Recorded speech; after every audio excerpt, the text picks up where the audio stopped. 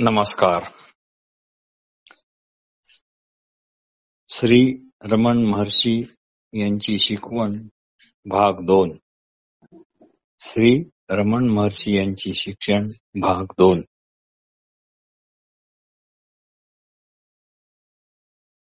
आपली अशी धारणा आहे की सुख हे केवळ आणि केवळ बाह्य गोष्टीवर अवलंबून असते. म्हणूनच आपण जगाला इतके महत्त्व देतो. आपण कधीच या गोष्टीचा विचार करत नाही की खरोखर ज्याला सुख म्हणतात ते नक्की काय आहे.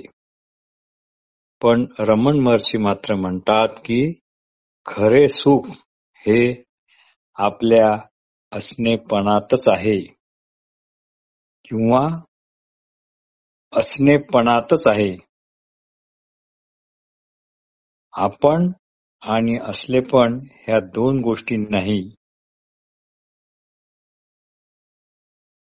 व ते असणेपण हेच अत्यंत सहज आणि स्वाभाविक असे असते. त्याला म्हणजे असणेपणाला कशावरच अवलंबून राहण्याची गरज नाही. कारण की जेव्हा आपण एखादे सुखस्वप्न पाहतो तेव्हा त्यात आपण रममाण होतो व जागे होत नाही.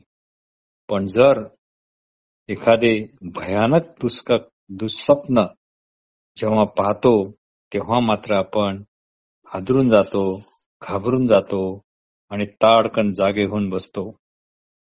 याचाच अर्थ हा झाला की सुखाचा खरा स्रोत हा आपल्यातच आहे व जे सुख बाह्य परिस्थितीवर अवलंबून असते ते दुःख, विषाद यात रूपांतरित पण होऊ शकते. कारण बाह्य परिस्थिती निरंतर एकसारखी राहत नाही. कारण बाह्य परिस्थिती निरंतर एकसारखी राहत नाही. वस्तुतः सुख असणेपणातच आहे. आपण नसावे असे कधीच कुणाला वाटत नाही. पण असा भ्रम आहे की ते बाह्य जगात आहे. असा भ्रम आहे की ते बाह्य जगात आहे.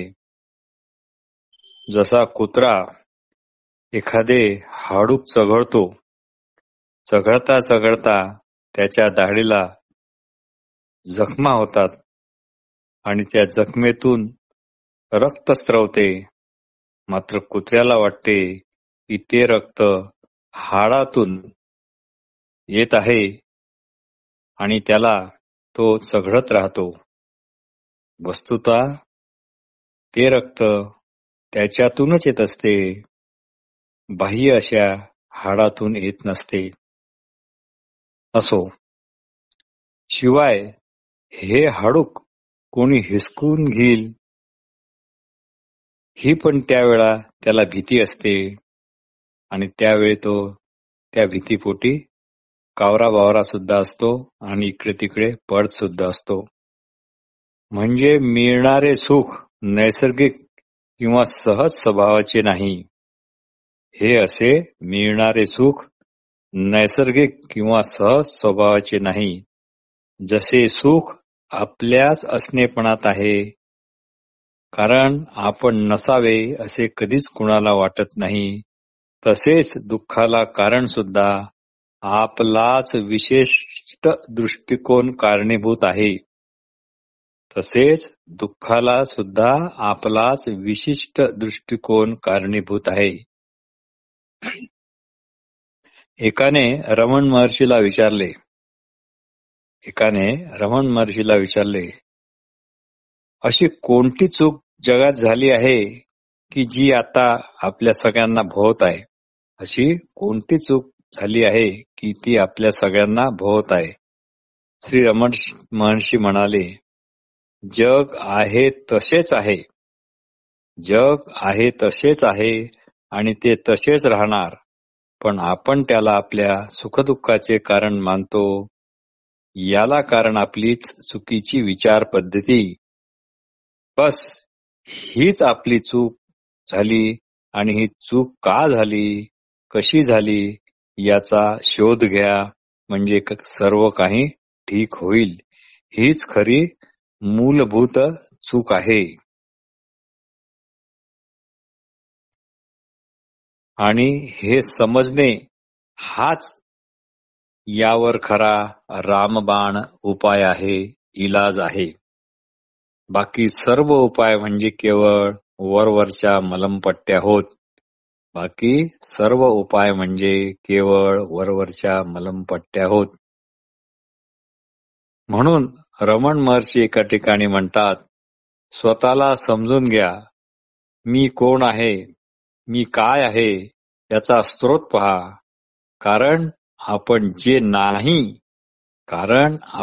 नाही ते आपण आहो असे मानल्यामुळे, असे समजल्यामुळे, या गैरसमजामुळे सर्व घोटाळा झाला आहे. आपल्याजवळ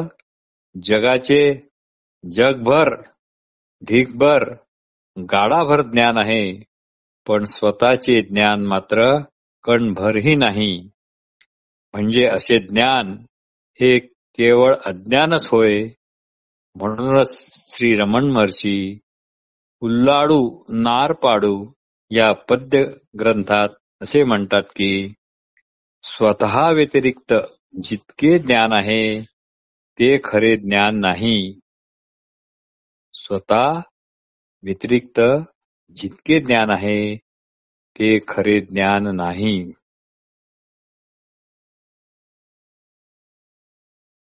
जोपर्यंत तुम्ही स्वतःला शरीर समजता, म्हणजे शरीर म्हणजेच मी समजता, शरीर हे माझे समजता, तोपर्यंत या अशा प्राथमिक अज्ञानामुळे किंवा या मुख्य अज्ञानामुळे इतर बाकीची अज्ञाने याला चिटकून एका मागोमाग येतात. जागृतीत जे असणे पण असते तेच स्वप्नावस्थेत पण असते. जागृतीत जे असणे पण असते तेच स्वप्नावस्थेत पण असते आणि तेच गाढ झोपेत किंवा सुषुप्ती अवस्थेत पण असते. पण असा आपणाला भ्रम असतो की गाढ झोपेत आपण मुळी नसतोच. गाढ झोपेत आपण मुळी नसतोच. पण गाढ झोपेत असणे पण हे शरीराशिवाय असते इतकेच. पण गाढ झोपेत असणे पण असते हे शरीराशिवाय असते इतकाच फरक आहे.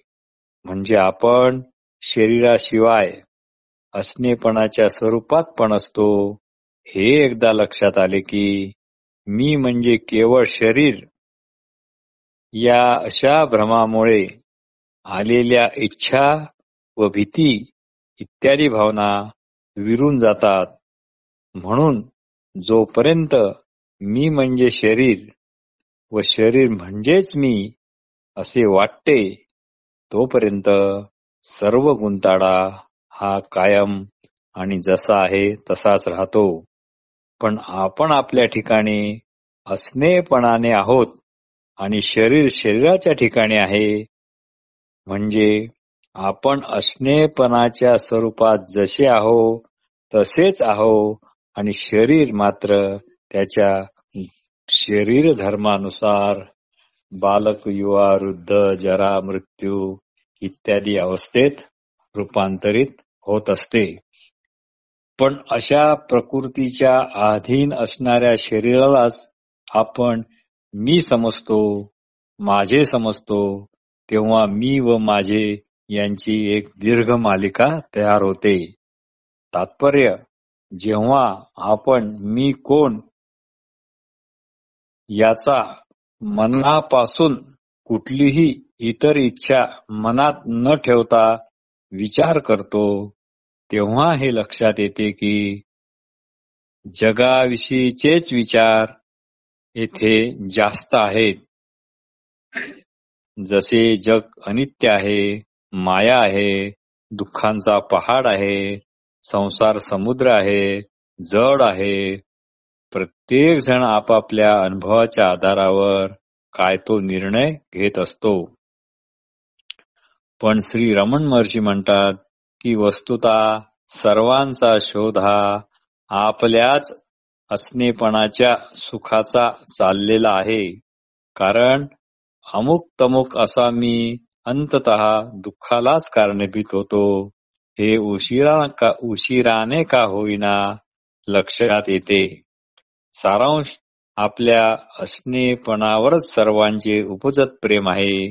कारण आपण असावे याचीच सर्वांना आवड आहे. तो सहज स्वभाव आहे. जर आपण आपल्या या सहज स्वभावात स्थित असलो तर जगाविषयी काही विशेष घेणे देणे लागत नाही. मग जग म्हणून काहीही असो, त्याचा आपल्या असणेपणाच्या सुखावर काहीही परिणाम होत नाही. उदाहरणार्थ, गाढ झोपेत आपण असलेपणाच्या सुखात डुबलेलो असतो. गाढ झोपेत आपण असलेपणाच्या सुखात डुबलेलो असतो. फक्त त्याची स्पष्ट जाणीव नसते. तसेच इथे जेव्हा आपण आपल्या असणेपणाच्या सुखात स्पष्ट जाणीव ठेवून डुबलेलो असतो, तेव्हाच त्याला सहज समाधी वगैरे वगैरे म्हणतात. म्हणजेच जागृत अवस्थेत जेव्हा आपण आपल्या असणेपणाच्या सुखात स्पष्ट जाणीव ठेवून डुबलेलो असतो, तेव्हा त्याला सहज समाधी वगैरे वगैरे म्हणतात.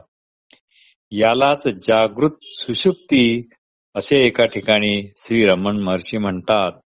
यालाच जागृत सुषुप्ती असे श्री रमण महर्षी एका ठिकाणी म्हणतात. आणि या भूमिकेवर स्थिर झाले की जगाच्या, विदर्भाच्या भाषेत सांगायचं म्हणजे, या भूमिकेवर स्थिर झाले की जगाच्या भांड्या पंचायती करण्याचे काही काम उरत नाही. या भूमिकेवर स्थिर झाले की जगाच्या भांड्या पंचायती करण्याचे काही काम उरत नाही. गुरुवचन कोवई या पद्य ग्रंथात श्री रमण महर्षी म्हणतात, एखाद्या न्हाव्याने दिवसभर कापलेल्या केसांच्या ढिगाऱ्यातील प्रत्येक केसाची तपासणी करण्यासारखे हे सगळे निरर्थक आहे. खरं तर त्यांनी हा केसांचा कचरा सर्वच्या सर्व एकदम कचरा कुंडीतच टाकायला हवा. या संदर्भात एकाने श्री रमण महर्षींना असा प्रश्न विचारला की मन नेहमी या जगाच्या गुंताड्यात का भटकत राहते? मन नेहमी या जगाच्या गुंताड्यात का भटकत राहते? यावर त्यांचे उत्तर असे की आपला असा भ्रम आहे की जग स्वतंत्र व वेगळे असे आहे व ते सत्य सुद्धा आहे आणि ते आपल्या सुखदुःखाला कारणीभूत आहे, आपल्या हर्ष विषादाला कारणीभूत आहे. आणि दुसरी आश्चर्याची गोष्ट अशी की आपण मूळचेच असलेपणाच्या सुखात डुबले असूनही, आणि दुसरी आश्चर्याची गोष्ट अशी आहे की आपण मूळचेच असलेपणाच्या सुखात डुबले असूनही आपण अजून त्याच अवस्थेत भ्रमाने जाण्याचा प्रयत्न करतो. आपण अजूनही त्याच अवस्थेत भ्रमाने जाण्याचा प्रयत्न करतो.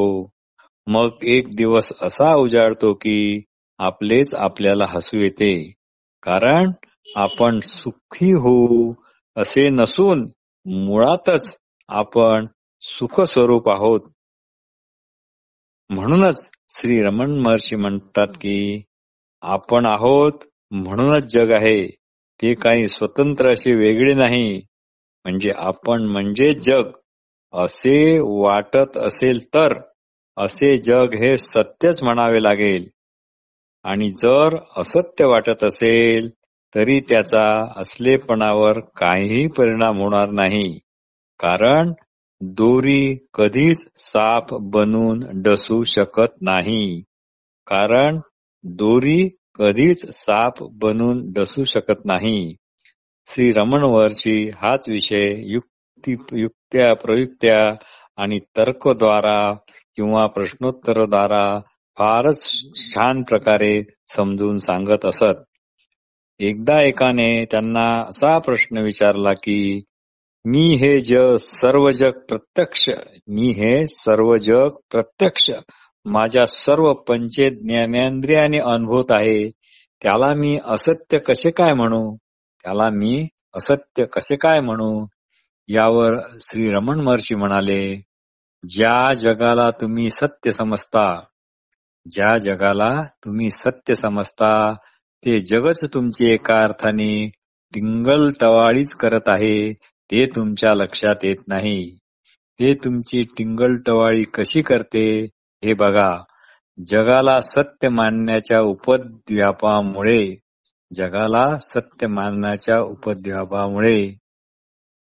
म्हणजे ते सुखदुःखाला आणि हर्ष विषादाला कारणीभूत आहे असे मानण्यामुळे तुम्हाला स्वतःच्या जाणण्यात प्रचंड अडथळा येत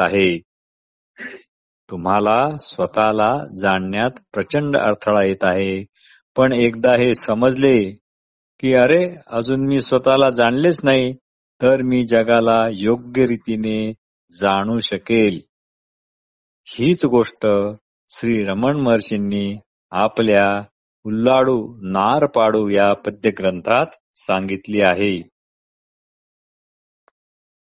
जर एकदा का स्वतःला जाणले की मग जगाच्या ज्ञानाला किंवा जगाच्या अज्ञानालाही काहीच अर्थ राहत नाही. म्हणूनच भगवद्गीतेत म्हटले आहे की अस्तित्वाला असत्य होता येत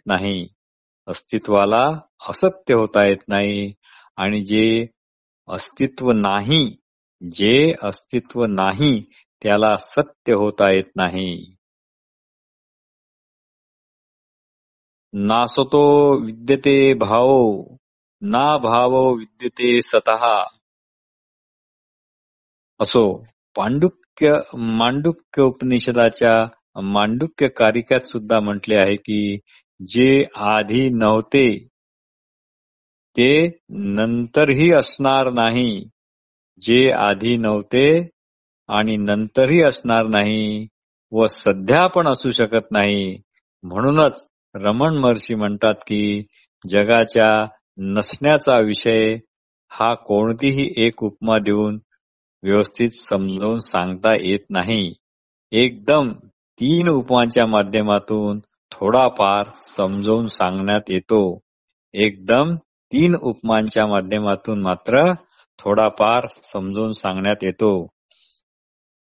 ती उदाहरणे अशी: रज्जू सर्प भ्रम किंवा मृगजळ किंवा स्वप्नावस्था. या तिन्ही प्रकारात सूक्ष्मपणे काय होते याचा विचार करायला हवा. दोरीचे यथार्थ ज्ञान होताच सर्प जरी भासत असला लक्ष दोरी याच एका यथार्थ ज्ञानाकडे असते. सर्प जरी भासत असला तरी आपले लक्ष दोरी या एकाच यथार्थ ज्ञानाकडे असते. मृगजळ हे मृगजळ आहे हे जरी समजले तरी मृगजळ दिसणे थांबत नाही, कारण आपल्याला हे कळले आहे की मृगजळ दिसतच आहे, तरी पण सर्व लक्ष हे मृगजळ आहे या यथार्थ ज्ञानाकडेच असते. मग प्रश्न असा निर्माण होतो की मृगजळ पिता येत नाही, दोरीवरचा साप डसत नाही, हे खरे, पण जगामध्ये तर आपण नाना प्रकारचे व्यवहार करतो. याचे उत्तर रमण महर्षी असे देतात की स्वप्नावस्थेतल्याच गोष्टीला महत्व असते. स्वप्नावस्थेतल्याच गोष्टीला महत्व असते. स्वप्नावस्थेत लागलेली भूक स्वप्नावस्थेत दिसणारे पदार्थ खाऊनच भागते. स्वप्नावस्थेत झालेल्या जखमावर झोपेतून उठून उपचार करता येत नाही. स्वप्नामध्ये झालेल्या जखमांवर झोपेतून उठून उपचार करता येत नाही. त्याप्रमाणे जगाला केवळ आणि केवळ व्यावहारिक सत्ता आहे, पारमार्थिक सत्यता मुळीच नाही. हेच निरंतर लक्षात ठेवावे. तात्पर्य म्हणूनच रमण महर्षी म्हणतात, जगाला स्वतःची वेगळी स्वतंत्र अशी सत्ता नाही. जगाला स्वतःची वेगळी अशी स्वतंत्र सत्ता नाही. मी देह, मी मन असे वाटताच ते उदय पावते. मी देह, मी मन असे म्हणताच ते उदय पावते. वस्तुतः अस्तित्वाच्या दृष्टीने ते उगमही पावत नाही आणि विलीनही होत नाही. म्हणूनच गाढ झोपेत मन नसल्यामुळे किंवा मन निष्क्रिय असल्यामुळे जगाचे भान हरपते. पण अशाही स्थितीत असणे पण हे असतेच. म्हणून रमण महर्षी म्हणतात, आपण स्वतःला भ्रमामुळे शरीर समजतो म्हणून जग आहे असे आपल्याला फक्त वाटते. मन आहे म्हणूनच शरीर आहे, पण आपण आहो म्हणूनच मन आहे आणि अस्तित्व आहे म्हणूनच आपण आहो हा बोध होतो. पण स्वतःविषयीच्या ह्या अज्ञानामुळे हे आपल्याला पटत नाही. कारण आपला असा भ्रम आहे की हे जग आपल्या बाहेर आहे, स्वतंत्र आहे, वेगळे आहे.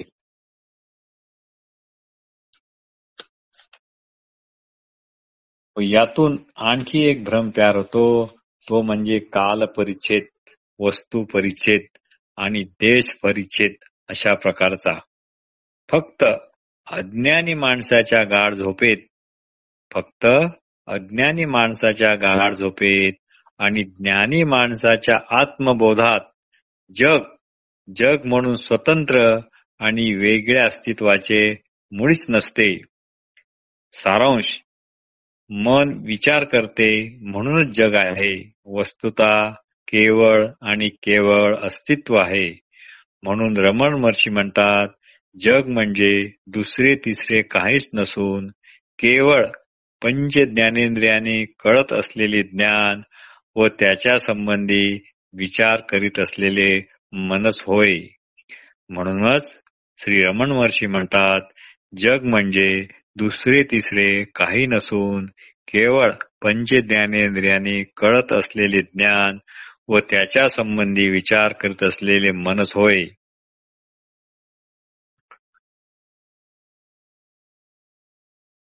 पण इथे एक अशी शंका येईल की गाढ निद्रेत जग नसते.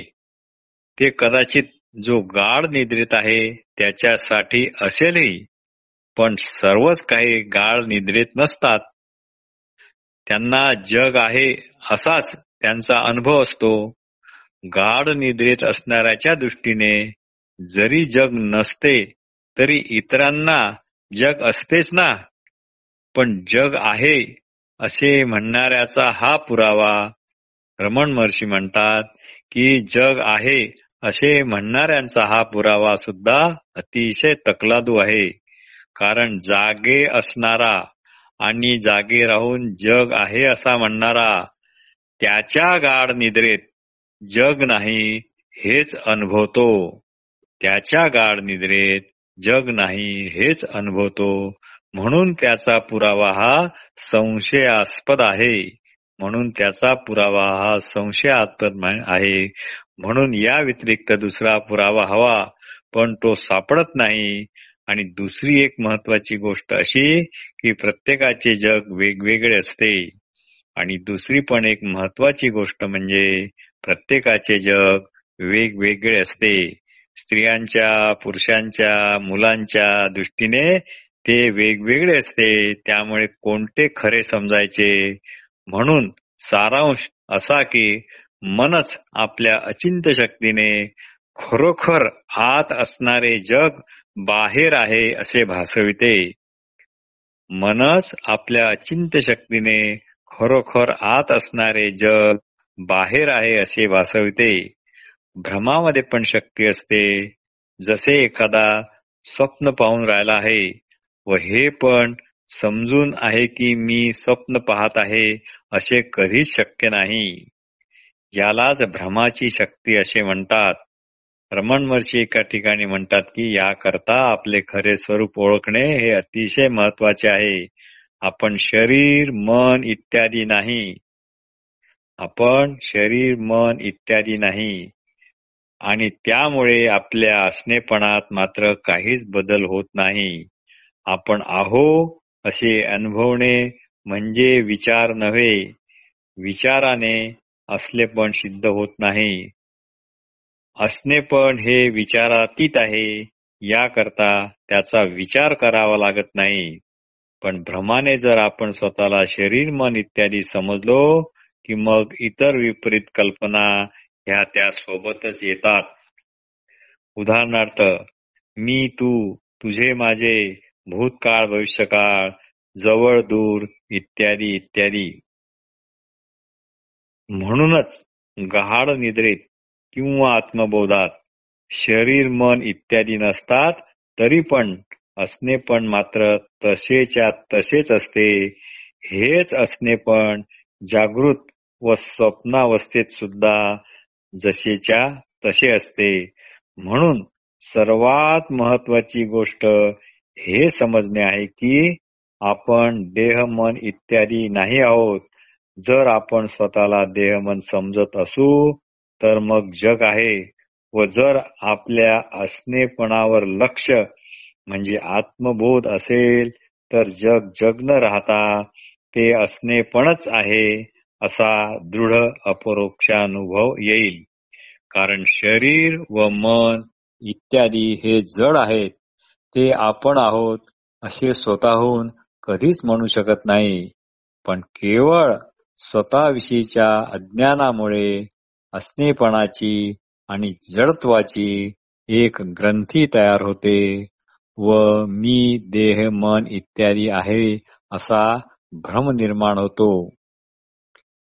एकदा बुद्धाला एका जणांनी प्रश्न विचारला, का हो, आत्मा अमर आहे का? उत्तर आले, तू ज्या आत्म्याच्या अमरत्वाविषयी मला विचारले तो नाही.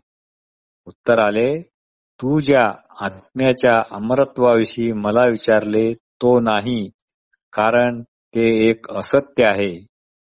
इथे एक महत्वाची गोष्ट अशी आहे की प्रश्न विचारणाऱ्यांनी इथे एक महत्वाची गोष्ट अशी आहे की प्रश्न विचारणाऱ्याने आत्म्याचे अमरत्व म्हणजे स्वतःचे वैयक्तिक अमरत्वाविषयी विचारले हे बुद्धाच्या चटकन लक्षात आले असावे.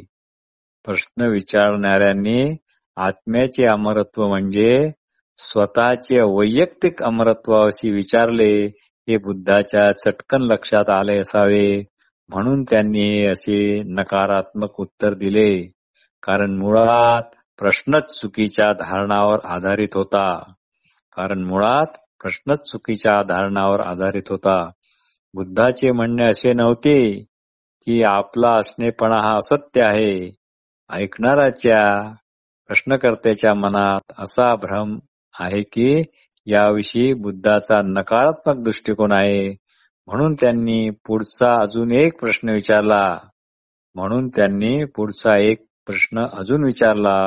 खरोखरच आत्मा ही सत्य वस्तू आहे का? बुद्धाने याचे होय नाही असे काहीच उत्तर दिले नाही. ते मौन राहिले. लोकांनी मात्र याचा सोयीस्कर अर्थ लावला. कारण सत्य हे सत्य असते, हो नाही वर अवलंबून नसते. असेच बुद्धाने या पद्धतीने सांगितले असावे. तात्पर्य, आपल्याला जे दिसते त्यात आकार, रंग, रूप यांचा भेद न करता जे फक्त दिसते व त्याची नावाने आलेली ओळख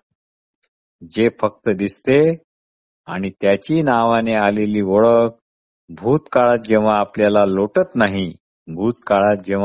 नाही आणि भविष्यकाळात चिंतातूर करत नाही त्यावेळी त्या क्षणी कल्पनेचे जग नसते.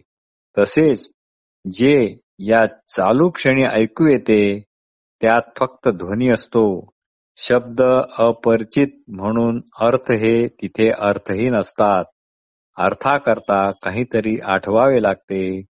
तो प्रकार फक्त ऐकणे यात नसतो. तसेच गंध स्पर्श रस इत्यादी विषयी समजावे. म्हणजे फक्त या क्षणात, या चालू क्षणात जर राहता आले तर फक्त हजर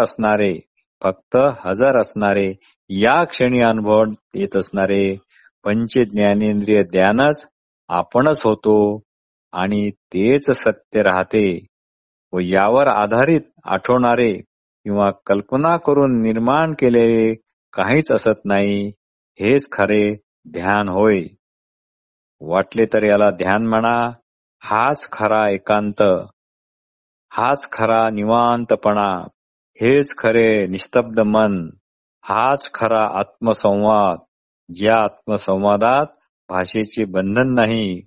उलट काही बोलले, काही सांगितले तर हा आत्मसंवाद विस्कटतो. म्हणून अशा मौनात अमोघ वक्तृत्व शक्ती आहे. हजारो प्रवचने दिल्याने, हजारो प्रवचने ऐकल्याने, शेकडो पुस्तके लिहिल्याने किंवा वाचल्याने जे शक्य नाही ते अशा मौनाने शक्य आहे. कारण पक्वान्नाचा वास म्हणजे पक्वान्न नाही, पक्वान्नाचा वास म्हणजे पक्वान्न नाही. नमस्कार.